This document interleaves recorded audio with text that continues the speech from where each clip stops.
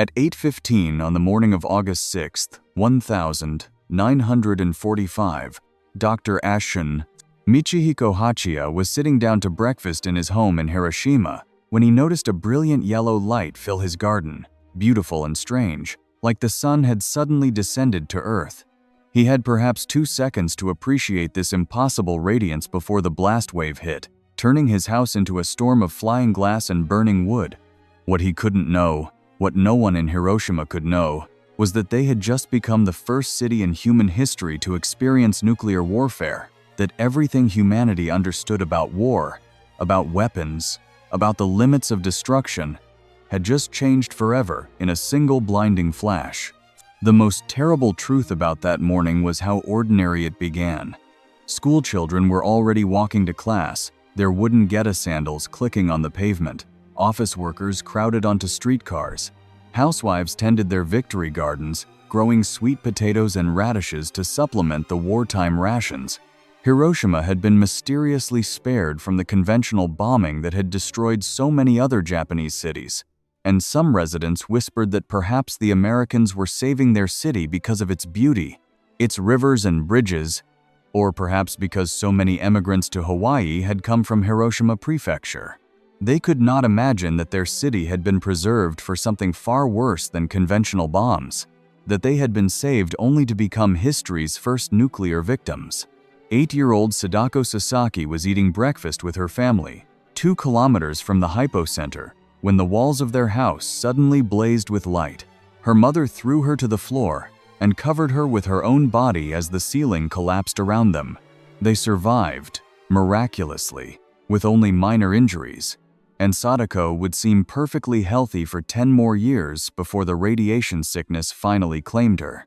It was not the blast that would kill most of Hiroshima's victims, but the invisible poison that soaked into their bones, their blood, their very cells, a death that would take days or decades to arrive but was sealed in that first moment of atomic light. The bomb that fell from the Enola Gay that morning had a name, Little Boy, as if giving it a child's name could somehow diminish its horror. It detonated 600 meters above the city, the height precisely calculated to maximize the blast effect. At the moment of explosion, the temperature at ground zero reached 4,000 degrees Celsius, hot enough to vaporize human bodies, leaving only shadows burned into concrete where people had been standing. A mother running with her baby left her silhouette on a bridge. A man sitting on stone steps waiting for a bank to open became a dark stain on granite. It was not death as humans had known it, but something closer to erasure. People transformed into shadows in less time than it takes to blink. Within a radius of 1 kilometer, virtually everything died instantly. Birds ignited in mid-flight and fell from the sky like burning leaves. The blast wave moved outward at hundreds of meters per second, crushing buildings, hurling bodies through the air, turning windows into storms of flying daggers. People further from the hypocenter had time to see the flash, to turn toward it in curiosity or alarm, before the blast wave reached them. Their last sight was often the skin of their own hands held up against the light, suddenly transparent, every bone visible, before the heat arrived and their flesh began to burn. What followed the blast was silence, not ordinary quiet, but a profound absence of sound that survivors would remember as almost more terrifying than the explosion itself. For several seconds, maybe longer, Hiroshima made no noise at all. Then the sounds began, the crash of collapsing buildings, the crackle of fires starting everywhere at once, and finally, worst of all, the voices. Thousands of voices calling for help, for water, for their mothers, their children, calling names that would never answer. It was not the single moment of destruction that broke the survivors, but the hours and days that followed, when they had to navigate through hell while their own bodies began to fail them. Dr. Hachiya, bleeding from dozens of glass wounds, stumbled from the ruins of his house to find his city transformed into an alien landscape. The familiar streets were gone, replaced by rubble and fire. People wandered past him, their clothes burned off, their skin hanging in sheets, their faces so swollen he couldn't tell if they were men or women. Many walked with their arms held out in front of them, trying to keep the burned skin from touching their bodies. They moved in slow processions toward the rivers, driven by unbearable thirst and the hope that water might ease their burning. It was not water they needed, but understanding of what had happened to them, why a single plane on a clear morning had ended their world. The survivors would later struggle to describe what they saw. The Japanese would coin a new word, hibakusha, explosion, affected people, because the existing language had no terms for nuclear survivors. Many described the victims walking through the ruins as looking like ghosts or Buddhist visions of hell, but even these comparisons fell short. A schoolgirl named Michiko Yamaoka would later write that the people she saw didn't look human anymore, that the bomb had transformed them into something between living and dead, still walking but already destroyed. She saw a soldier trying to help civilians, not realizing that the entire back of his body had been burned away. She saw children calling for their mothers with voices that no longer sounded human. The medical response to the disaster revealed the terrible inadequacy of conventional medicine against atomic weapons. Doctors and nurses who had survived worked without equipment, without medicine, often without water. They didn't understand why patients who seemed to be recovering suddenly began bleeding from their gums, why their hair fell out in clumps, why their white blood cell counts dropped to zero. They were seeing acute radiation sickness for the first time in history, and they had no frame of reference, no treatments, no hope to offer. Dr. Hachia, working in what remained of the communications hospital, would later write that he felt like a medieval plague doctor, surrounded by death he couldn't prevent or even understand. It was not just individual bodies that died in Hiroshima, but entire family lines, whole neighborhoods, complete social networks that had existed for centuries. The bomb fell at 8:15 when children were gathering for morning assembly at their schools. Entire classes were wiped out in seconds. At Hiroshima First Middle School, 369 students and 10 teachers died instantly. Parents searching for their children found only burned lunchboxes with names still visible, wooden name tags that had somehow survived when the children wearing them had vanished. The principal of one girl's school spent days collecting what he thought were burned logs, only to realize he was gathering the carbonized bodies of his students. The atomic bomb did not just destroy, it transformed. Sand turned to glass, roof tiles bubbled and ran like water, steel beams twisted into impossible shapes. The heat was so intense that it bleached concrete and darkened marble, reversing the normal order of things. People discovered that the pattern of their clothing had been burned onto their skin. The dark fabric absorbed more heat, leaving the design of flowers or stripes seared into flesh. Women who wore patterned kimonos became living photographs of their last morning, their bodies recording the moment of the blast in burns and scars. 3 days after Hiroshima, America dropped a second atomic bomb on Nagasaki. The Japanese government, reeling from reports they couldn't fully believe or understand, struggled to comprehend that such weapons existed, that more might fall, that their nation faced not defeat but potential annihilation. Emperor Hirohito, speaking to his people by radio for the first time in history, would say that Japan must endure the unendurable and surrender. His subjects, hearing his voice for the first time, wept not just for their defeat but for the new world they had entered, where a single bomb could erase a city, where science had given humanity the power to destroy itself. In the days following the bombing, black rain fell on Hiroshima. The explosion had sent tons of ash and debris into the atmosphere, which returned to Earth as radioactive precipitation.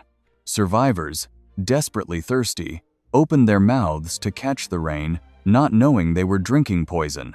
The rain stained everything it touched, leaving dark marks that wouldn't wash out, as if the bomb's shadow continued to fall long after the explosion. Farmers would find their white rice fields turned black, their vegetables withered, their soil itself contaminated with invisible death. The horror of radiation sickness unfolded in stages. First came the nausea and vomiting, then the hair loss, the purple spots on the skin, the bleeding that wouldn't stop. People who had seemed to escape unharmed fell ill weeks later. Children who had been playing in the ruins developed leukemia years afterward. Women who had been teenagers during the bombing discovered they couldn't have children or gave birth to babies with terrible deformities. It was not a single tragedy, but a cascade of tragedies, each death creating ripples that spread through families and communities for generations. Sadako Sasaki, the girl who had been eating breakfast when the bomb fell, became the most famous of these delayed victims. She was a runner, the fastest girl in her school, when she collapsed during a race at age 12. The diagnosis was leukemia, the atomic bomb disease as people called it. While in the hospital, she began folding paper cranes, inspired by the Japanese legend that anyone who folds 1,000 cranes will be granted a wish. She wished to live. She folded 644 cranes before she died, and her classmates folded the rest to be buried with her. Today, children from around the world send paper cranes to Hiroshima, millions of them, as if enough folded prayers might somehow undo that mourning. The survivors faced not just physical suffering, but social stigma. Many Japanese feared that radiation sickness was contagious, that the hibakusha were contaminated, cursed. Survivors found it hard to find jobs, to marry, to be accepted back into society. They were living reminders of defeat, of vulnerability, of the new terrifying world the bomb had created.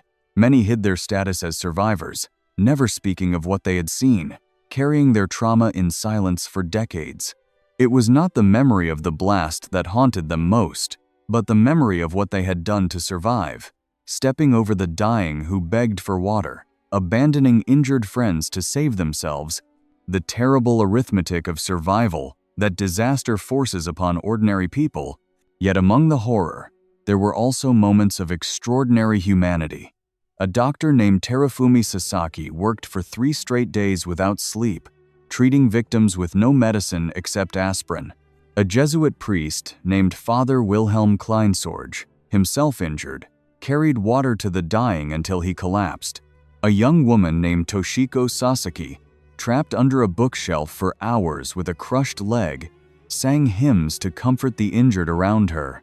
These acts of kindness meant nothing against the scale of the destruction, and everything to the individuals who received them. They were proof that even the atomic bomb could not destroy human compassion, that something in people survived even when everything else was lost. The moral questions raised by Hiroshima have never been fully answered. Was it necessary to drop the bomb to end the war and save lives that would have been lost in an invasion of Japan? Would a demonstration of the weapon have been enough to force surrender? Should civilians ever be targeted, even to end a larger conflict? These debates continue, but for the people of Hiroshima, such questions were academic. They knew only that they had been chosen to be history's first nuclear victims, that their suffering had become a lesson to the world about the ultimate consequence of war. The ruins of Hiroshima revealed terrible truths about the nuclear age. The bomb did not discriminate between soldier and civilian, adult and child, guilty and innocent. It killed the doctors who might have saved the wounded, destroyed the hospitals where they might have been treated, poisoned the water they needed to survive. It was not war as humans had practiced it for millennia, with fronts and battles and the possibility of surrender or retreat. It was annihilation, pure and simple, the power to end civilization in moments. When American occupation forces arrived in Hiroshima weeks later, they were shocked by what they found.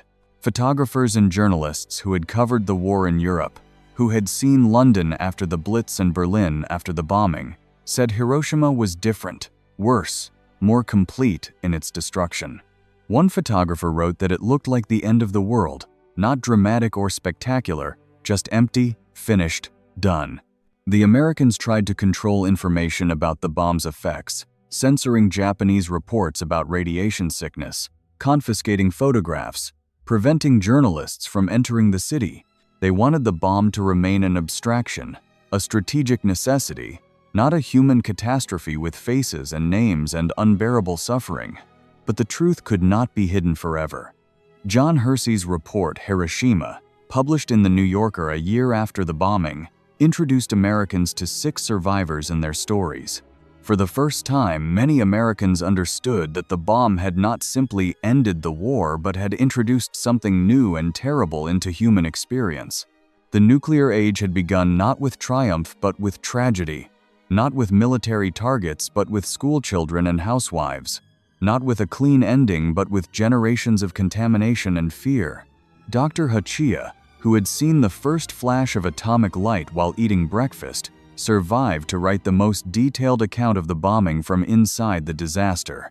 He recorded not just the medical effects but the psychological impact, the way the bomb had shattered not just bodies but minds, not just buildings but the belief that there were limits to human cruelty. He wrote about patients who died calling for water he couldn't give them, about recognizing friends only by their voices because their faces had been so badly burned, about the strange beauty of the destroyed city at night, glowing with thousands of fires like a celestial graveyard. The rebuilding of Hiroshima became a testament to human resilience, but also a permanent reminder of human capacity for destruction. The city chose to preserve the atomic bomb dome, one of the few structures near Ground Zero that remained partially standing, its skeleton a monument to that August morning. Around it, a modern city grew. But the dome remains frozen in time, its twisted metal and empty windows asking questions that each generation must answer again. How could humanity create such weapons? How can we ensure they're never used again? What does it mean to live in a world where entire cities can disappear in seconds? Today, the survivors of Hiroshima are dying of old age, taking their memories with them. Soon, there will be no one left who remembers the flash, the heat, the silence that followed. But their testimonies have been preserved. Thousands of hours of recordings, millions of words of written accounts, all trying to convey something that ultimately resists description. They speak not to accuse but to warn, not for sympathy but for understanding. They want the world to know that nuclear weapons are not abstract political tools but instruments of human suffering beyond imagination.